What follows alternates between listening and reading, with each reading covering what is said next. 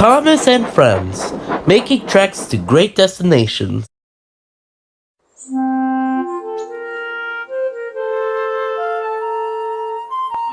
Dear Christopher, here's your friend Thomas the Tank Engine. He wanted to come out of the station yard and see the world. These stories tell you how he did it. I hope you will like them because you helped me to make them. Your loving Daddy.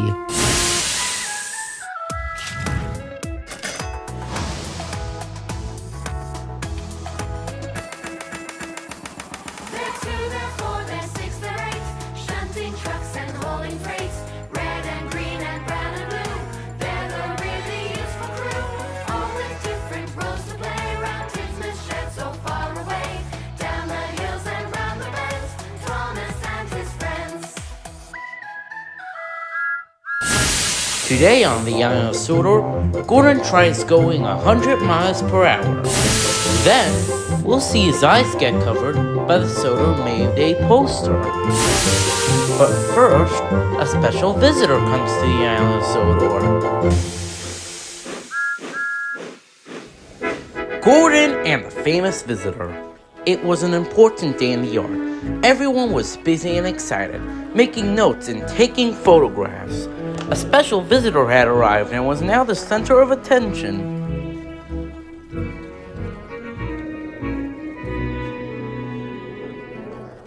"Who's that?" whispered Thomas. "That," said Duck, "is the city of Truro." "Who?" asked Percy. "The city of Truro, the first engine to go 100 miles per hour. Driver says we can talk to him soon." "Oh," said Thomas, "he's probably too famous to even notice us." Just then, Gordon arrived. "Fair," said Gordon. "Who cares? A lot of fuss about nothing is, if you ask me." And he steamed away. Later that night, the engines found City of Truro wasn't conceited at all. He especially enjoyed talking about all things Great Western throughout the night. He left early the next morning. "Good riddance," Gordon grumbled. "Chatting all night. Who is he, anyway?" "Duck told you, City of Truro, and he's famous." "What? As famous as me?" "Nonsense! More famous, sir. He went 100 miles per hour before you even thought of." "So he says," snorted Gordon, "but I don't like his looks. He's got no dome, and we never trust domeless engines. They aren't respectable. I never boast, but I say 100 miles per hour will be easy for me." "Sayonara." Duck took some trucks to Edward Station. "Hello," called Edward. "That famous engine thought of this morning. He whistled to me. Wasn't he kind?" "It was the finest engine in the world," replied Duck. Then he told Edward what Gordon said. "Take no notice," smoothed Edward. "He's just jealous. He thinks no other engine is as famous as him. Look, he's coming now." Gordon's wheels pounded on the rails. "He did it! I'll do it!" Gordon's train rocketed past and he was gone. "He'll knock himself to bits," chuckled Duck.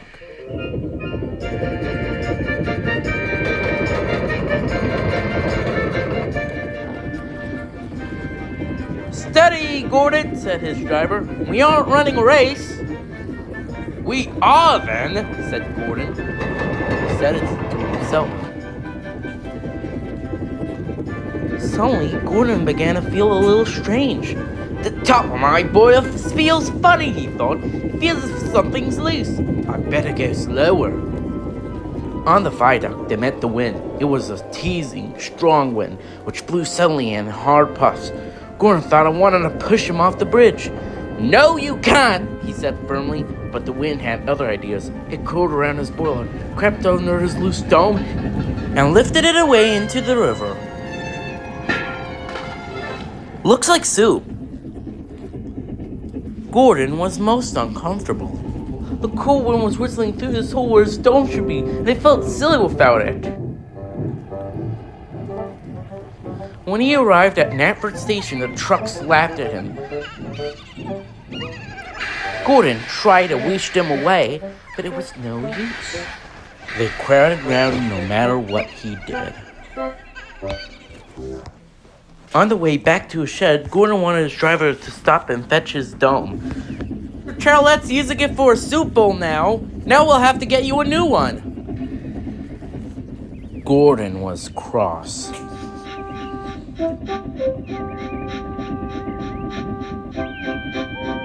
I hope the shed is empty tonight, he huffed to himself. But all the engines were waiting. Never trust domeless engines, said a voice from somewhere behind him. They aren't respectable, asshole.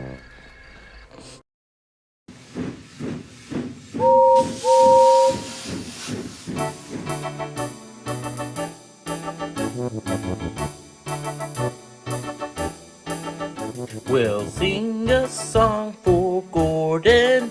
He's big, he's fast, he's proud. His paint is blue, so strong and true, and he whistles really loud. The fastest train on Sodor, you can't forget his name. So when we sing for Gordon, well, let's sing it once again. Through wind and rain he thunders on, and on him we can rely. Reliable and useful too, and that's the reason why. Let's sing a song for Gordon. He's big, he's fast, he's proud. His paint is blue, so strong and true, and he whistles really loud. Boop, boop. The fastest train on Sodor, you can't forget his name. So when we sung for Gordon, well, we'll sing it once again. The journeys never tire him out. He'll work all day and night, and everyone admires him, his boiler gleaming bright. We'll sing a song for Gordon. He's big, he's fast, he's proud. His paint is blue, so strong and true, and he whistles really loud. Boop, boop. The fastest train on Sodor, you can't forget his name. So when we sing for Gordon, well, we'll sing it once again. We'll sing a song for Gordon. He's big, he's fast, he's proud. His paint is blue, so strong and true, and he whistles really loud. Boop, boop. The fastest train on Sodor, you can't forget his name. So when we sing for Gordon, well, let's sing it once again.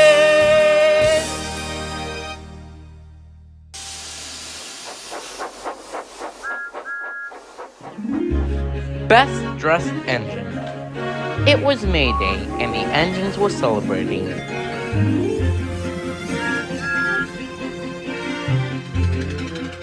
Phil knew there'll be music and lots of fun.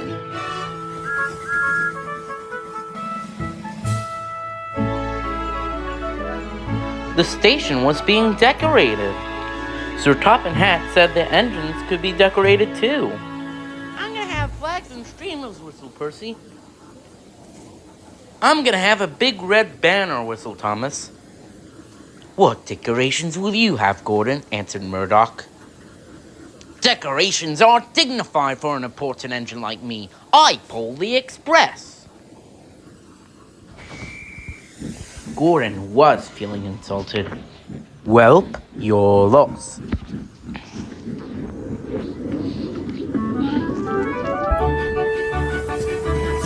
Silly little engines, he grumbles.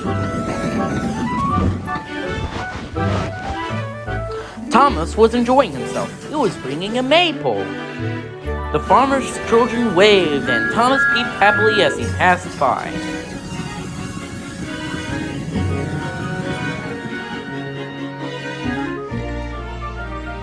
Soon, it was time for the decorating. Percy's driver was wrapping streamers and flags around his funnel. Thomas had a big red banner on his tanks. And even Murdoch was being decorated, although he was shy about it. "We can have a competition for the best dressed engine," suggested James. Just then, Gordon shunted in. "A competition?" he puffed. "I'm bound to win any competition." "You need to be decorated," said James. "This is the best dressed engine competition."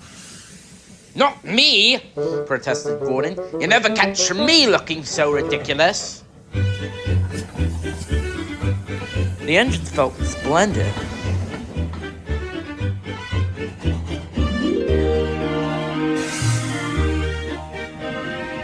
But not Gordon. He was cross. Decorations aren't dignified. Huh, who cares about your competition anyway?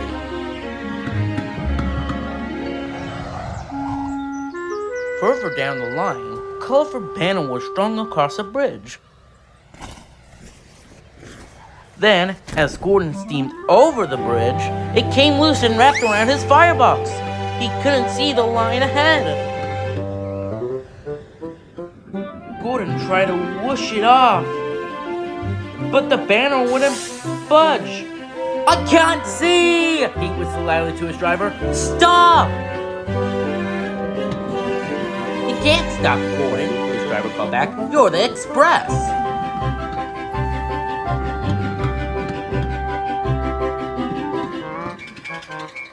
Trevor the traction engine was chugging slowly along with his load of apples for the children's apple bob.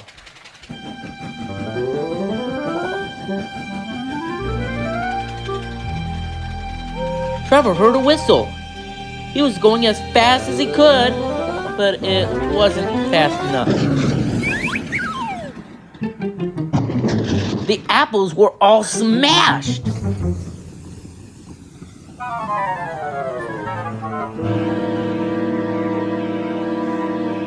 James was the last engine to join the competition, or so he thought.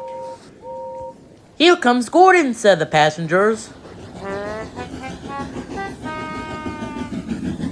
"Finally, I can see again." "Woo! We didn't think you wanted to be decorated," teased Thomas. "I didn't," huffed Gordon. "Well, he's definitely the best dressed engine," said James, and all the engines agreed. Gordon was secretly pleased, but he didn't think it was dignified to say so. Silly Gordon.